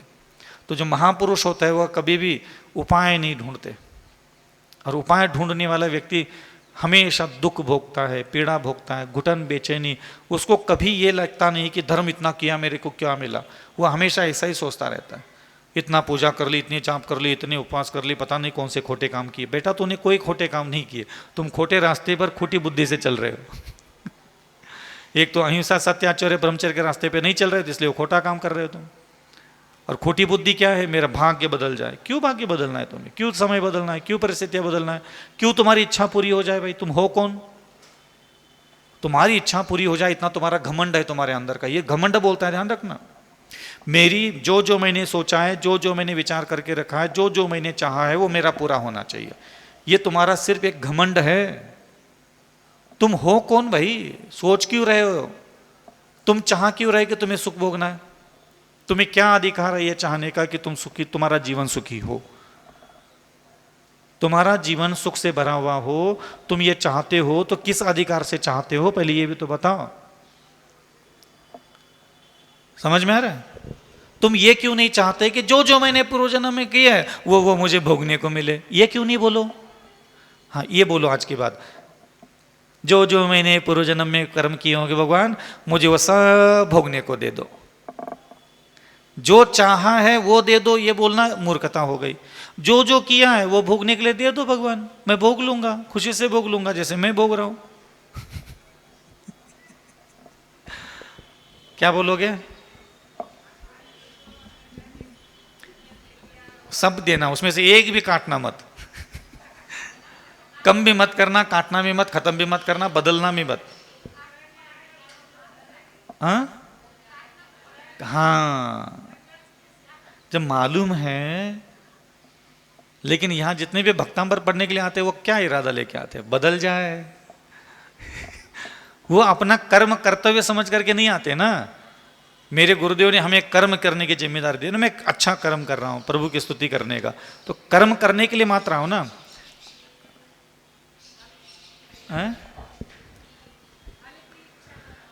हाउ माता आगे। इसी क्रम में अपनी अगली जिज्ञासा लेकर आ रही है कुमारी आपती जैन। तत्पश्चात तैयार रहेंगी श्रीमती अनीता जी मोदी। नमोस्तु महाराज जी, मेरा जिज्ञासा ये है कि महार्घ में जो हम जल के विषय, आकाश के विषय, गुफा के विषय जो हम कहते हैं, उसका अर्थ क्या होता है? इसको पूरा बोलो, किसी को आता हो तो। वो अपन जो अर्घ चढ़ाते हैं महाराज श्री, जल के विषय, थल के विषय, आकाश के विषय, गुफा के विषय, जो महार्घ में बोलते हैं, उसका मुनियों के निवास स्थान होते हैं ये जो जल के विषय। कई बार ऐसा होता है कि कोई मुनि महाराज ध्यान में बैठे हैं, उनका कोई पूर्वजन्म का वैरी है जो देव बन गया है, वो आता है और मुनियों को उठा करके ले जाता है और समुद्र में फेंक के आ जाता है, नदी में फेंकता है और महाअटवियों में फेंक देता है, गुफाओं में फेंक देते हैं ऊपर ले जा करके। तो ऐसे वो मुनि महाराज वहाँ उनको केवल ज्ञान और अनेक प्रकार की रिद्धियाँ सिद्धियाँ प्रकट हो जाती है उस उपसर्ग के कारण। तो जल के विषय, थल के, थल माने जमीन भूमि पर गुफाओं में, और क्या क्या है उसमें? जल विषय, थल विषय, आकाश में, ऊपर आसमान से छोड़ दिया, ऊपर 10, 20, 50, 100, 200 किलोमीटर ऊपर लेके गए और आसमान से उनको फेंक दिया और आसमान के बीच में उनको केवल ज्ञान प्रकट हो गया। तो आकाश के विषय, आकाश में जो मुनि महाराज ऐसे दिव्य रिद्धियों को प्राप्त करने वाले, उनको नमस्कार कर लिया उसमें। हाँ, गुफा में भी रहते, गुफा में ऐसा नहीं कि खुला, गुफा में ले जाते देवता उठा करके और वहां दीवार चुनवा देते और अंदर उनको केवल ज्ञान हो जाता। इसी क्रम में अपनी अगली जिज्ञासा लेकर आ रही हैं श्रीमती अनीता जी मोदी। तत्पश्चात तैयार रहेंगे श्रीमान महेंद्र जी मड़वैया। अंतिम जिज्ञासा लेकर आएंगे अपनी। गुरुवर के चरणों में कोट से नमन, कोट से नमन, कोट से नमन। हे गुरुवर, आपको देखकर हमें आपका अद्भुत ज्ञान लगता है और अद्भुत तपस्या लगती है। अभी तक हमने अपने जीवन में ऐसे तपस्वी और ऐसे अद्भुत ज्ञान वाले ऋषिराज हमें अभी दर्शन नहीं हुए। पहली बार आपके दर्शन किए तो मेरा मन बहुत ही प्रसन्न हो गया। इस बार हम लोगों का ऐसा सौभाग्य मिला, हम लोगों का इतना पुण्य तीव्र था कि आप जैसे मुनिराजों का चतुर्मास हमारी ललितपुर समाज को मिला। इसके लिए हम लोग बहुत बहुत आभारी है गुरुवर। असुचि भावना क्या है और असुचि भावना मोक्ष मार्ग में कैसे सहायक है, ये आप हमें बताएं। निरंतर यह जीवन अनेक प्रकार की जिम्मेदारियां, अनेक प्रकार के कर्तव्यों से भरा हुआ होता है। जो भी मानव सभ्यता है, मनुष्य का जीवन है, ये हमेशा ही एक परिवार, एक समाज, अनेक अनेक रिश्तों के बीच में ही व्यतीत होता है। ऐसा कोई सृष्टि में कहीं भी व्यवस्था नहीं है दही द्वीप में कि कोई व्यक्ति जन्म ले ले और स्वतंत्र एकांत में कोई जीवन की यात्रा पूरी करे। ऐसा कहीं भी संभव नहीं हुआ है। और ये जो जिनेंद्र मोहन के द्वारा हम लोगों के लिए जो 12 भावनाएं, षोडशकरण भावना, अन्य प्रकार के जो भी उपदेश दिए हैं, ये सारे उपदेश हमें किसी की बेटी बन करके, किसी की पत्नी बन करके, किसी का पति बन करके, किसी की चाची बन करके, फूफी बन करके, मामी बन करके, और किसी के पिता, भाई, बंधु, दादा, दादी, नाना, नानी, व्यापार, अलग अलग स्वभाव, अलग अलग बुद्धि, अलग अलग विचार लोगों के बीच में ही हमें यह जीवन गुजरना होता है। आप अनंत काल के इस संसार चक्र में कभी भी मनुष्य बनो, आपके जीवन में एक माँ होगी, पिता होगा, भाई होगा, बहन होगा, पति होगा, पत्नी होगी, सुख होगा, दुख होगा, कुछ पुण्य होगा, कुछ पाप होगा, कुछ इच्छाएं पूरी होगी, कुछ इच्छाओं का पूरा होना असंभव हो जाता है। और यही जीवन की क्रम है। और एक समय हम लोग ये सारी चीज़ों के साथ अधूरे मर जाते हैं। ये सारे लोगों के बीच में हम जीवन जीते जीते जो राग हो जाता है, द्वेष हो जाता है, घृणा हो जाती है, मोह हो जाता है, तृष्णा हो जाती है, और पुनः इन मनुष्यों के बीच में जीवन गुजारते गुजारते हम 8 कर्मों का और बहुत सारा ढेर इकट्ठा कर लेते हैं। और इस मनुष्य शरीर के साथ रहते हुए जो शुभ अशुभ कर्म हमने किए उसको भोगने के लिए या तो देवगति जाते हैं, या तो त्रियंज गति जाते हैं, या फिर नरक चले जाते हैं। हमारा 3 ही अगले स्टॉपेज है, या तो देव बनो ठीक से, या फिर नरक जाओ, या फिर त्रियंज गति में जाओ। अभी हम लोगों के मानस पटल पर होश नहीं है, ज्ञान नहीं है, बोध नहीं है। हम इतने गुत गए पति में, पत्नी में, काम में, जिम्मेदारियों में, राग में, द्वेष में, ईर्ष्या में, छल कपट में, हम आसपास के 10-20 लोगों में इतना गुत चुके हैं कि अब हमारा दिमाग, हमारी आंखें, हमारा कान, हमारे हाथ पैर, हमारी ज़बान उन्हीं 10-20 लोगों के बारे में सोचना, बोलना, देखना, सुनना, विचार करना, राग द्वेष करना, छल कपट करना, तृष्णा भोग विलास करते हुए निरंतर अनंत काल से यही कर्म कर रहे हैं। ये हमारा नॉर्मल जीवन शैली है। हम जब जब धरती पर पैदा हुए इंसान बन करके हमने यही जीवन जिया, इससे कोई अलग जीवन नहीं जिया।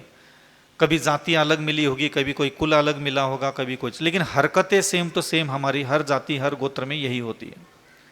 और ये जो जिनेंद्र भगवान है ये चाहते हैं कि तुम इन बीच में रहते हुए, इन मनुष्यों के समूह के बीच में रहते हुए भी कुछ आत्मा के अंदर ऐसे ज्ञान अंकुरित करो, कुछ ऐसा नव ज्योति प्रकट कर दो अपने अंदर चित्त में कि तुम ये जो पुनः पुनः ये जो चक्र का खेल खेल रहे हो, हर बार जन्म लेना, हर बार बाल्यावस्था में, हर बार जवान होना, हर बार जवानी में सेम टू सेम हरकतें, हर बार बड़े होने के बाद सेम टू सेम हरकतें, फिर अंत में मृत्यु को प्राप्त करना। और कभी भी नवीन जीवन का निर्माण, नवीन बुद्धि का निर्माण हमने किया ही नहीं। जिस बुद्धि से, जिस राग भाव, द्वेष भाव, घृणा का भाव, आसक्ति का भाव, काम वासना का भाव लेकर के जन्म लेते हैं, उन्हीं सारे भावनाओं के साथ जीवन जी लेते हैं, और उन्हीं सारे भावनाओं को बिना विजय प्राप्त किए, उन्हीं भावनाओं की अधूरी कामनाओं के साथ हम मर भी जाते हैं। और उन अधूरी कामनाओं को, वासनाओं को फिर कहीं जन्म लेने के बाद फिर बड़े होकर के उन्हीं को पूरा करने लग जाते हैं जो लेकर के मर गए थे और जो लेकर के जन्म लिए थे। अब जिनेंद्र भगवान यहाँ ये चाहते हैं कि आप मेरे कुल में आपने जन्म लिया, जैन कुल में जिनेंद्र भगवान के शासन में आपने जन्म लिया, तो वो कुछ शब्द दिए उन्होंने अशुचि भावना के रूप में। और भगवान हमसे ये उम्मीद रखते हैं कि अविचल सागर जी अब अपनी बुद्धि को ये शिक्षा दे कि ये संसार में जितने भी शरीर के साथ अथवा शरीर देखते ही मेरे मन में जो आकुलता, व्याकुलता, मोहन, सम्मोहन, अनेक प्रकार के वशीकरण आदि भाव उत्पन्न मेरे अंदर उत्पन्न होते हैं, ये शरीर को भोगने की इच्छा, जो कामना उत्पन्न होती है, सबसे बड़ी कामना है। ये जन्म से लेकर के मरते दम तक अगर आदमी यहाँ जिंदा भी रहना चाहता है ना, जीवित भी रहना चाहता है, तो सिर्फ शरीर के भोग का आनंद प्राप्त करने के लिए वो जीवित रहना चाहता है। बाकी के सारे भोगों की प्राथमिकता नहीं है, बाकी के सारे मनोरंजन के चीजों की प्राथमिकता कभी थी ही नहीं। ये मनुष्य के चित्त में शरीर का आकर्षण प्रचंड रूप धारण करता है। एवं अगर मैं कहूं कि आपका दिमाग सबसे ज्यादा अगर किस चीज के लिए इस्तेमाल होता है, नींद से उठने से लेकर के सोते समय तक, भले आप तेली हो, नाई हो, चमार हो, भंगी हो, जैन हो, मुसलमान हो, मुझे इससे कोई लेना देना नहीं है। आपका चाहे सोना चांदी का दुकान हो, चाहे कपड़े का हो, चाहे बिजनेस हो, चाहे ठेकेदारी हो, तुम कुछ भी हो, तुम अगर जिंदा हो और होश में हो, नींद में नहीं हो, तो ध्यान रखना 90% हमारे दिमाग का इस्तेमाल, पुरुष है तो स्त्री का शरीर स्मरण करने के लिए, और स्त्री है तो पुरुष का शरीर स्मरण करने के लिए हमारे दिमाग का इस्तेमाल होता है। सबसे ज़्यादा हमारी आंखें अगर कुछ देखना चाहती है तो स्त्री का शरीर, पुरुष का शरीर ही देखना चाहते हैं। हम अगर सबसे ज़्यादा बात किससे करना चाहते हैं तो स्त्री और पुरुष से ही बात करना चाहते हैं। हम अगर कानों से सुनना चाहते हैं तो पुरुष है तो स्त्री की आवाज़, और स्त्री है तो पुरुष की आवाज़ हम सुनना चाहते हैं। अगर हमें किसी को छूने की भी इच्छा है तो ना कोई खाना, ना रोटी, ना दुकड़ा, कोई लगता नहीं कि इसको घंटों तक छूता रहूं। हमें भी शरीर के प्रति इतना आसक्ति, इतनी बुद्धि में जबरदस्त आकर्षण होता है, और ये मूल आकर्षण हमारे चित्त का कभी भी हमने विनाश नहीं किया।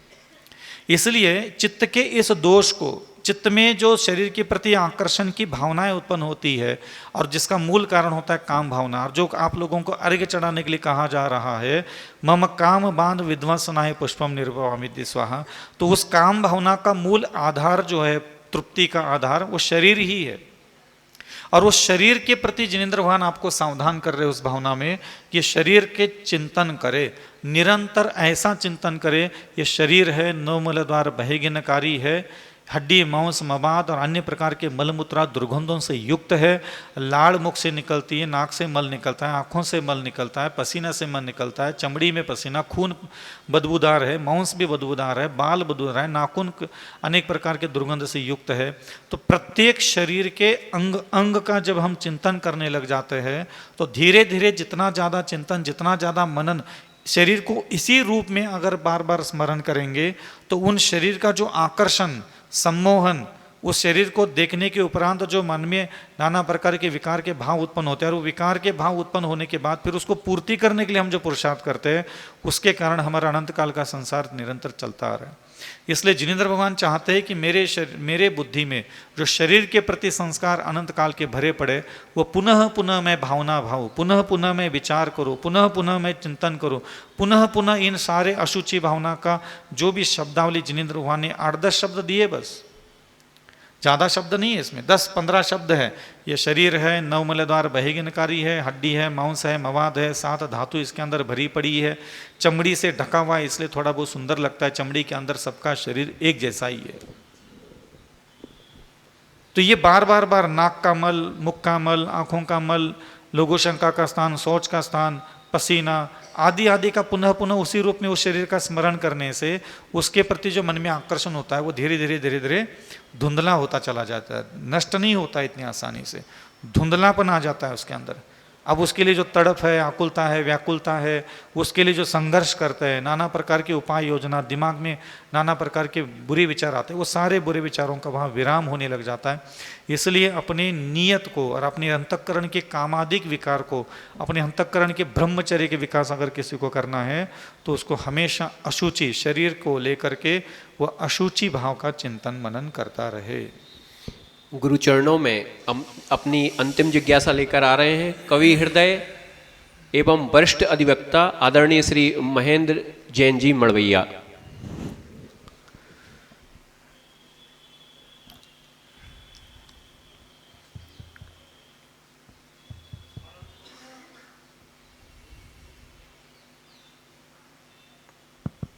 परम पूज्य गुरुवर के चरणों में मड़वैया परिवार की ओर से सत सत नमोस्तु नमोस्तु नमोस्तु। अब तो हमने इतनी जिज्ञासाएं सुन ली और समझ ली कि कोई जिज्ञासा शेष नहीं बची। बिल्कुल सही कहा आपने। हम तो आपने गुरुवर आपने समय सार पढ़ा हो या ना पढ़ा हो, लेकिन इस क्षेत्र पर आपकी जो वाणी खिरी वह जरूर शास्त्र लिखने लायक बन गई। गुरुवार रविवार को जो आपने प्रवचन दिया, परस्परोपग्रह जीवानाम का 3रा दिन है, मैं उसको पालन करते हुए 3रा दिन हमने अपना गुजारा है। बहुत अच्छा, बड़ी खुशी है जिनको मैं अपने इन 4 लाइनों में अपनी अभिव्यक्ति कर रहा हूं कि खुशियों को बटोरते बटोरते, खुशियों को बटोरते बटोरते इतना जीवन गुजार दिया पर खुशी न मिल सकी। खुशियों को बटोरते बटोरते इतना जीवन गुजार दिया कि खुशी न मिल सकी। रविवार को एहसास हुआ कि खुशी तो आप थे जो खुशियां बटार रहे थे। खुशी तो आप थे जो खुशियां बटार रहे थे। दौलत की भूख इतनी थी, दौलत की भूख इतनी थी कि कमाने के लिए निकल गया। दौलत तो मिली पर हमारा परस्पर का व्यवहार रिश्ता हाथ से निकल गया। परस्पर का व्यवहार रिश्ता हाथ से निकल गया। गुरुवार बिल्कुल अकाट सत्य है और अकाट बात है, आपको स्वयं समझ में आ रही हो या नहीं आ रही हो, लेकिन हम जैसा कि अभी चर्चा है उससे बिल्कुल ये बात बिल्कुल नितांत सत्य है कि आपको स्वयं मालूम हो या ना हो, लेकिन आपकी वाणी खिलती है और जो वाणी खिलती है वो अद्वितीय है, ना हमने सुनी थी और ना हमने कल्पना में थी। जिस ढंग से आपने हम लोगों को अपने आचरण को चलाने के लिए ये मार्गदर्शन दिया, उसके लिए पुनः एक बार और कहा था, ये ललितपुर जन समाज आपका हमेशा हमेशा ऋणी रहेगा। बुलाया है हमारे संचालक जी ने, तो मैं अपनी वही घिसी पिटी बात को जिज्ञासा कर रहा हूँ।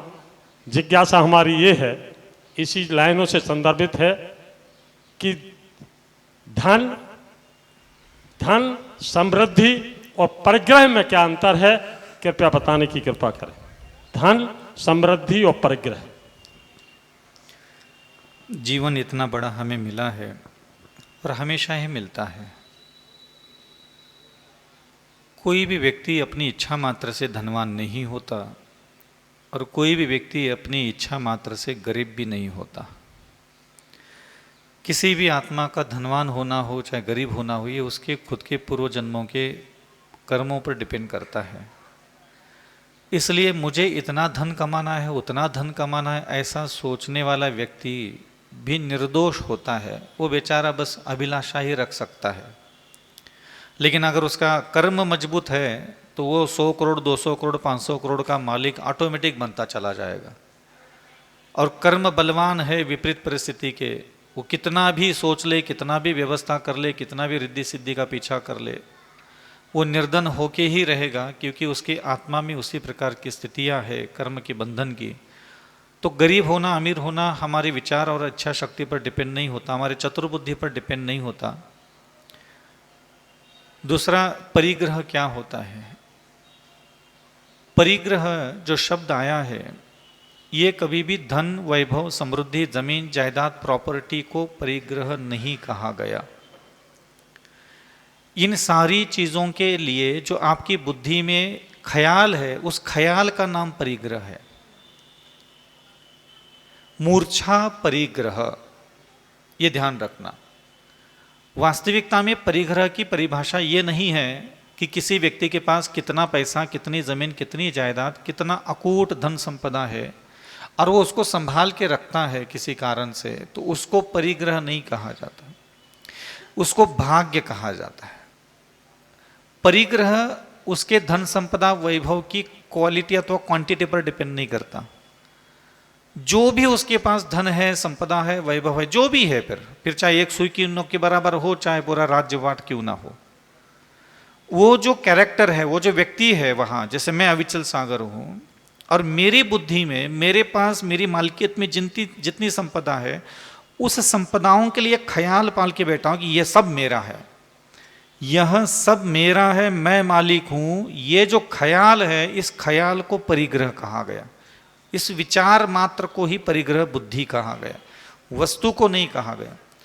अब भगवान क्या कहते हैं कि क्या मैं अपने आसपास का 100 करोड़ रुपए की प्रॉपर्टी मान लो मेरे पास है, मैं 80 करोड़ रुपए दान दे दूं, मैं अगर बाकी के 20 करोड़ पर भी मेरी वही बुद्धि है तो भी भगवान कहेंगे तो परिग्रही है। और मान लीजिए किसी के पास 100 करोड़ की रुपए है, उसके पास रखा है, वो देना नहीं, दिया भी नहीं और मरते दम तक किसी को देगा भी नहीं हो, ठीक है, 100 करोड़ रुपए उसके पास, लेकिन उसकी बुद्धि में ये उसने ख्याल है कि ये मेरा नहीं है, तो भगवान कहते हैं कि वो अपरिग्रही है। और 100 करोड़ में से परिग्रह के नाम पर मान लो किसी ने 80 करोड़ दान दे दिए, मैं कहता हूं 99 करोड़ भी दान दे दे और 1 करोड़ बच गया, और उस 1 करोड़ के ऊपर भी उसकी बुद्धि वही है कि यह 1 करोड़ मेरा है, तो समझ लेना वही परिग्रह है। तो परिग्रह एक विचार मात्र है, और अगर आप उस विचार से स्वयं को मुक्त रखते हो, अपनी ही जमीन, अपनी ही जायदाद, अपना ही मकान, अपने नाम पर रजिस्ट्री बनाए रखने दो, हटाने की जरूरत नहीं है, लेकिन आपके अंदर जो ख्याल पन पाए उन वस्तुओं को लेकर के, उस ख्याल का विनाश करो और वो वस्तु आपके पास भली बनी रहे, तो आप निर्दोष हो। तो इसलिए धन होना ये आपका भाग्य है और परिग्रह ये आपकी खोटी बुद्धि मात्र है, ये ध्यान रखना। तो खोटी बुद्धि का विनाश करे, और जो प्रभु ने अपने पूर्वजन्मों में साधना की होगी, तप किया होगा, दान दिया होगा, अनेक प्रकार के कोई मंगलिक कार्य अनुष्ठान किए होंगे, तो उसके बदले में अगर आपके आंगन में रत्न बरसना है, वो बरसेंगे, उसका नाम परिग्रह नहीं है। अगर मान लो पैसा आने को अगर परिग्रह बोलेंगे, तो फिर संसार में साधना तपस्या करके जिन लोगों के आंगन में रत्न गिरते, तो क्या उनको तीर्थंकरों को परिग्रह कहेंगे क्या? नहीं। धन का आना ये आपका भाग्य है या आपके पूर्व जन्मों के धर्म की क्रियाओं का फल मात्र है, आप उसको गलत नहीं कह सकते। लेकिन जो प्राप्त हुआ भाग्य के अनुसार हमारा धन है, उस धन के प्रति आपकी जो बुद्धि का व्यवहार होता है, जो मन में आपके ख्याल होते हैं उस संपदाओं को लेकर के, उस ख्याल अगर वो खोटा है तो उसी खोटे ख्याल को ही परिग्रह कहा गया है। इसको सूत्र में क्या कहते हैं? मूर्छा परिग्रह। ऐसा ही आया ना, मूर्छा परिग्रह है। फिर अब भगवान ने 2 प्रकार की साधना बताई। या तो आप अपनी खोटी बुद्धि खत्म करो, पैसा तुम अपने पास रख लो, भगवान कहते हैं हमें कोई दिक्कत नहीं है, तुम सुरक्षित हो। अगर मान लीजिए आपके पास 100 करोड़ रुपए रखे हैं और आपने बहुत कोशिश की कि मेरी बुद्धि मान जाए, मेरी बुद्धि मान जाए, मेरा मन मान जाए कि यह मेरा नहीं है, मेरा नहीं, बस ऐसा विचार, लेकिन आप उसमें सफल नहीं हुए, तो उस बुद्धि को दंड देने के लिए फिर भगवान ने दूसरा प्रावधान दिया। एक काम करो, तुम अब नियम ले लो कि आज के बाद मैं 20 करोड़ के ऊपर का पैसा नहीं रखूंगा, मैं 10 तोला सोना से ज़्यादा सोना नहीं रखूंगा, मैं ये नहीं रखूंगा, वो नहीं। तो ये क्या हो गया? वस्तु को बांधने से बुद्धि बंध गई, बुद्धि थोड़ा नियंत्रण में आ गई। अब बुद्धि कितने को अपना मान आज हम सुनना चाहते हैं। अगर हमें किसी को छूने की भी इच्छा है तो ना कोई खाना, ना रोटी, ना दुकड़ा, कोई लगता नहीं कि इसको घंटों तक छूता रहूं।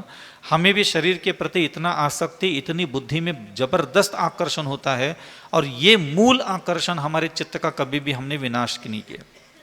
इसलिए चित्त के इस दोष को, चित्त में जो शरीर के प्रति आकर्षण की भावनाएं उत्पन्न होती है और जिसका मूल कारण होता है काम भावना, और जो आप लोगों को अर्घ्य चढ़ाने के लिए कहा जा रहा है, मम काम बांध विध्वंसनाय पुष्पम निर्भवामि स्वाहा, तो उस काम भावना का मूल आधार जो है, तृप्ति का आधार, वो शरीर ही है।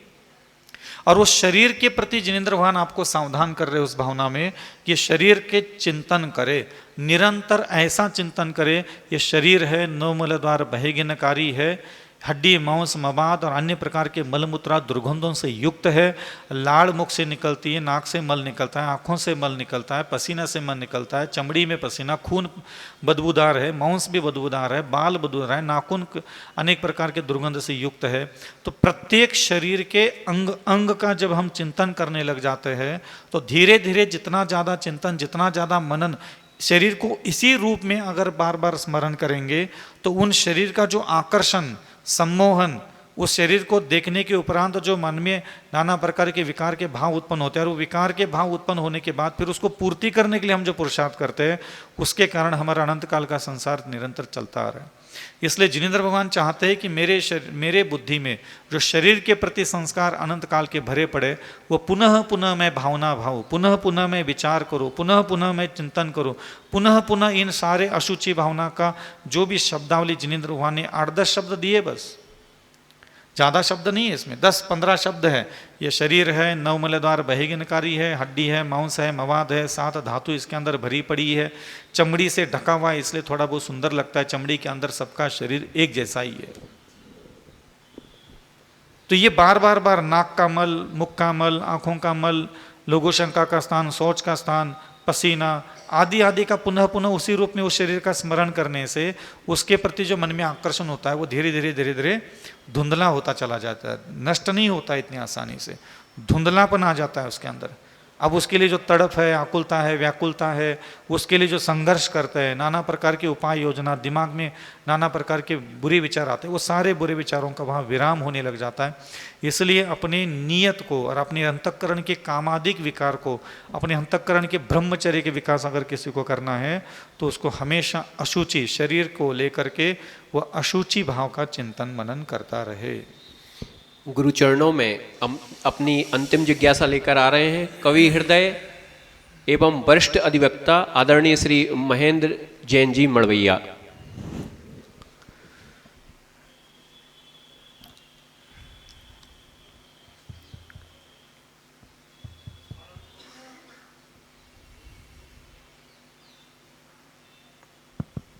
परम पूज्य गुरुवर के चरणों में मड़वैया परिवार की ओर से सत सत नमोस्तु नमोस्तु नमोस्तु।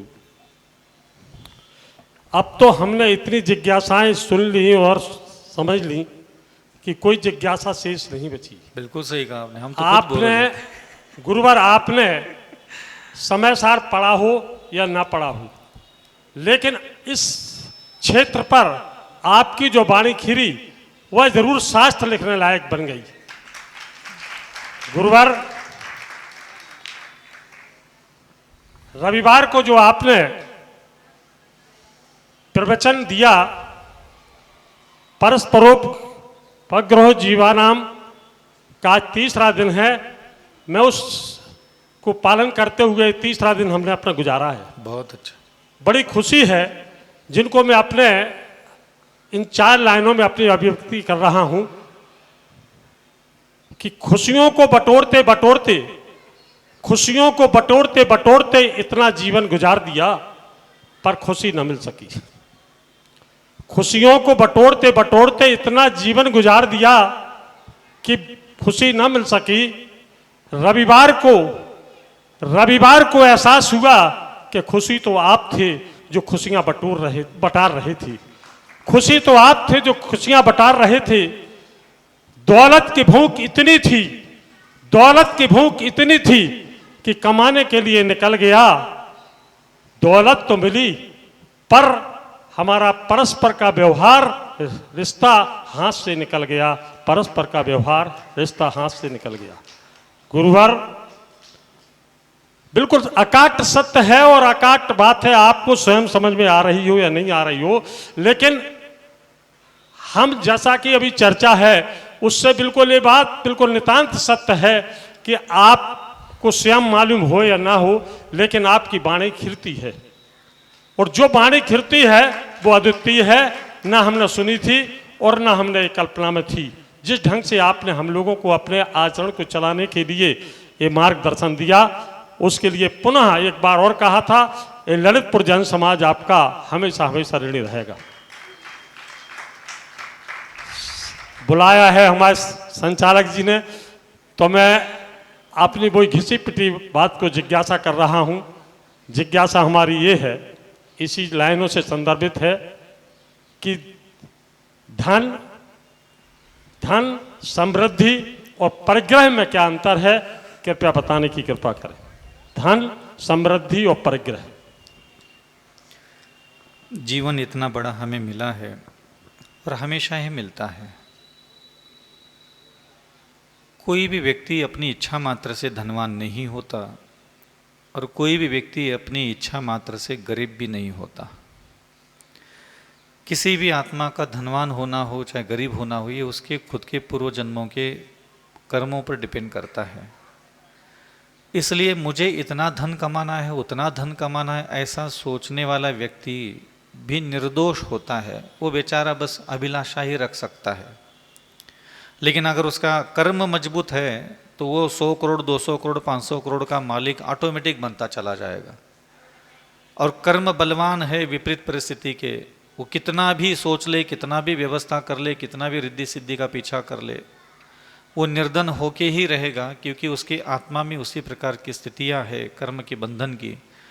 तो गरीब होना अमीर होना हमारे विचार और इच्छा शक्ति पर डिपेंड नहीं होता, हमारे चतुर्बुद्धि पर डिपेंड नहीं होता। दूसरा, परिग्रह क्या होता है? परिग्रह जो शब्द आया है, ये कभी भी धन, वैभव, समृद्धि, जमीन, जायदाद, प्रॉपर्टी को परिग्रह नहीं कहा गया। इन सारी चीजों के लिए जो आपकी बुद्धि में ख्याल है, उस ख्याल का नाम परिग्रह है। मूर्छा परिग्रह, ये ध्यान रखना। वास्तविकता में परिग्रह की परिभाषा ये नहीं है कि किसी व्यक्ति के पास कितना पैसा, कितनी जमीन, कितनी जायदाद, कितना अकूट धन संपदा है और वो उसको संभाल के रखता है किसी कारण से, तो उसको परिग्रह नहीं कहा जाता, उसको भाग्य कहा जाता है। परिग्रह उसके धन संपदा वैभव की क्वालिटी अथवा क्वांटिटी पर डिपेंड नहीं करता। जो भी उसके पास धन है, संपदा है, वैभव है, जो भी है, फिर चाहे एक सुई की नोक के बराबर हो, चाहे पूरा राज्यवाट क्यों ना हो, वो जो कैरेक्टर है, वो जो व्यक्ति है वहां, जैसे मैं अविचल सागर हूं और मेरी बुद्धि में, मेरे पास, मेरी मालकियत में जितनी संपदा है, उस संपदाओं के लिए ख्याल पाल के बैठा हूं कि यह सब मेरा है, यह सब मेरा है, मैं मालिक हूं। ये जो ख्याल है, इस ख्याल को परिग्रह कहा गया। इस विचार मात्र को ही परिग्रह बुद्धि कहा गया, वस्तु को नहीं कहा गया। अब भगवान क्या कहते हैं कि क्या मैं अपने आसपास का 100 करोड़ रुपए की प्रॉपर्टी मान लो मेरे पास है, मैं 80 करोड़ रुपए दान दे दूं, मैं अगर बाकी के 20 करोड़ पर भी मेरी वही बुद्धि है तो भी भगवान कहेंगे तो परिग्रही है। और मान लीजिए किसी के पास 100 करोड़ की रुपए है, उसके पास रखा है, वो देना नहीं, दिया भी नहीं और मरते दम तक किसी को देगा भी नहीं हो, ठीक है, 100 करोड़ रुपए उसके पास, लेकिन उसकी बुद्धि में ये उसने ख्याल है कि ये मेरा नहीं है, तो भगवान कहते हैं कि वो अपरिग्रही है। और 100 करोड़ में से परिग्रह के नाम पर मान लो किसी ने 80 करोड़ दान दे दिए, मैं कहता हूं 99 करोड़ भी दान दे दे और 1 करोड़ बच गया, और उस 1 करोड़ के ऊपर भी उसकी बुद्धि वही है कि यह 1 करोड़ मेरा है, तो समझ लेना वही परिग्रह है। तो परिग्रह एक विचार मात्र है, और अगर आप उस विचार से स्वयं को मुक्त रखते हो, अपनी ही जमीन, अपनी ही जायदाद, अपना ही मकान अपने नाम पर रजिस्ट्री बनाए रखने दो, हटाने की जरूरत नहीं है, लेकिन आपके अंदर जो ख्याल पन पाए उन वस्तुओं को लेकर के, उस ख्याल का विनाश करो और वो वस्तु आपके पास भली बनी रहे, तो आप निर्दोष हो। तो इसलिए धन होना ये आपका भाग्य है, और परिग्रह ये आपकी खोटी बुद्धि मात्र है, ये ध्यान रखना। तो खोटी बुद्धि का विनाश करे, और जो प्रभु ने अपने पूर्व जन्मों में साधना की होगी, तप किया होगा, दान दिया होगा, अनेक प्रकार के कोई मंगलिक कार्य अनुष्ठान किए होंगे, तो उसके बदले में अगर आपके आंगन में रत्न बरसना है वो बरसेंगे, उसका नाम परिग्रह नहीं है। अगर मान लो पैसा आने को अगर परिग्रह बोलेंगे, तो फिर संसार में साधना तपस्या करके जिन लोगों के आंगन में रत्न गिरते, तो क्या उनको तीर्थंकरों को परिग्रह कहेंगे क्या? नहीं। धन का आना यह आपका भाग्य है, यह आपके पूर्व जन्मों के धर्म की क्रियाओं का फल मात्र है, आप उसको गलत नहीं कह सकते। लेकिन जो प्राप्त हुआ भाग्य के अनुसार हमारा धन है, उस धन के प्रति आपकी जो बुद्धि का व्यवहार होता है, जो मन में आपके ख्याल होते हैं उस संपदाओं को लेकर के, उस ख्याल अगर वो खोटा है तो उसी खोटे ख्याल को ही परिग्रह कहा गया है। इसको सूत्र में क्या कहते हैं? मूर्छा परिग्रह, ऐसा ही आया ना, मूर्छा परिग्रह है। फिर अब भगवान ने 2 प्रकार की साधना बताई, या तो आप अपनी खोटी बुद्धि खत्म करो, पैसा तुम अपने पास रख लो, भगवान कहते हैं हमें कोई दिक्कत नहीं है, तुम सुरक्षित हो। अगर मान लीजिए आपके पास 100 करोड़ रुपए रखे हैं और आपने बहुत कोशिश की कि मेरी बुद्धि मान जाए, मेरी बुद्धि मान जाए, मेरा मन मान जाए कि यह मेरा नहीं है, मेरा नहीं, बस ऐसा विचार, लेकिन आप उसमें सफल नहीं हुए, तो उस बुद्धि को दंड देने के लिए फिर भगवान ने दूसरा प्रावधान दिया, एक काम करो, तुम अब नियम ले लो कि आज के बाद मैं 20 करोड़ के ऊपर का पैसा नहीं रखूंगा, मैं 10 तोला सोना से ज़्यादा सोना नहीं रखूंगा, मैं ये नहीं रखूंगा, वो नहीं। तो ये क्या हो गया? वस्तु को बांधने से बुद्धि बंध गई, बुद्धि थोड़ा नियंत्रण में आ गई। अब बुद्धि कितने को अपना मान